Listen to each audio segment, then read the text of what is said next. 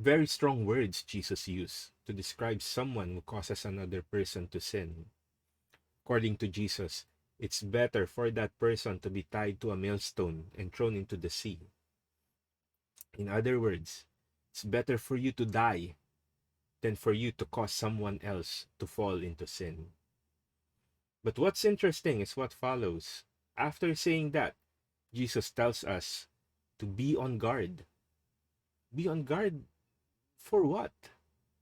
When you see a brother or a sister in temptation or falling into sin or committing sin, that you should rebuke that person.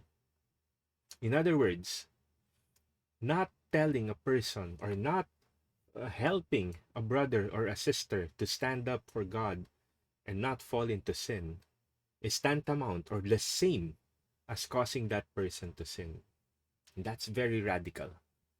Let that sink in. Let me repeat it. If you do nothing to stop someone from falling into sin, you have caused that person to sin. And as Jesus said, it is better for you to be tied to a millstone and thrown into the sea. How radical is that?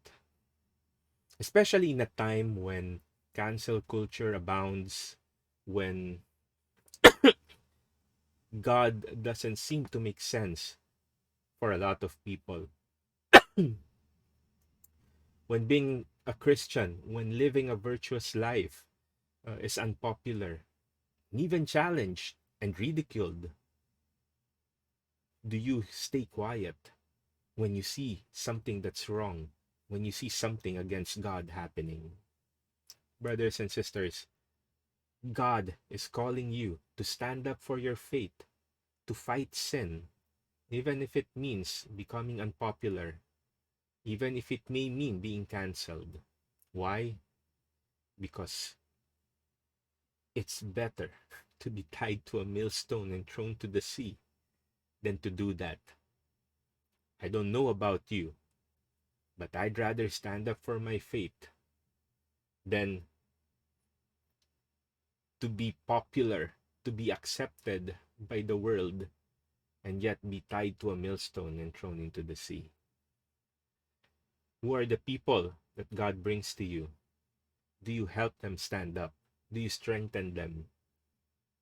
Or do you just stay quiet and do nothing? Brothers and sisters, is it better for you to be tied to a millstone and thrown into the sea? The choice is yours.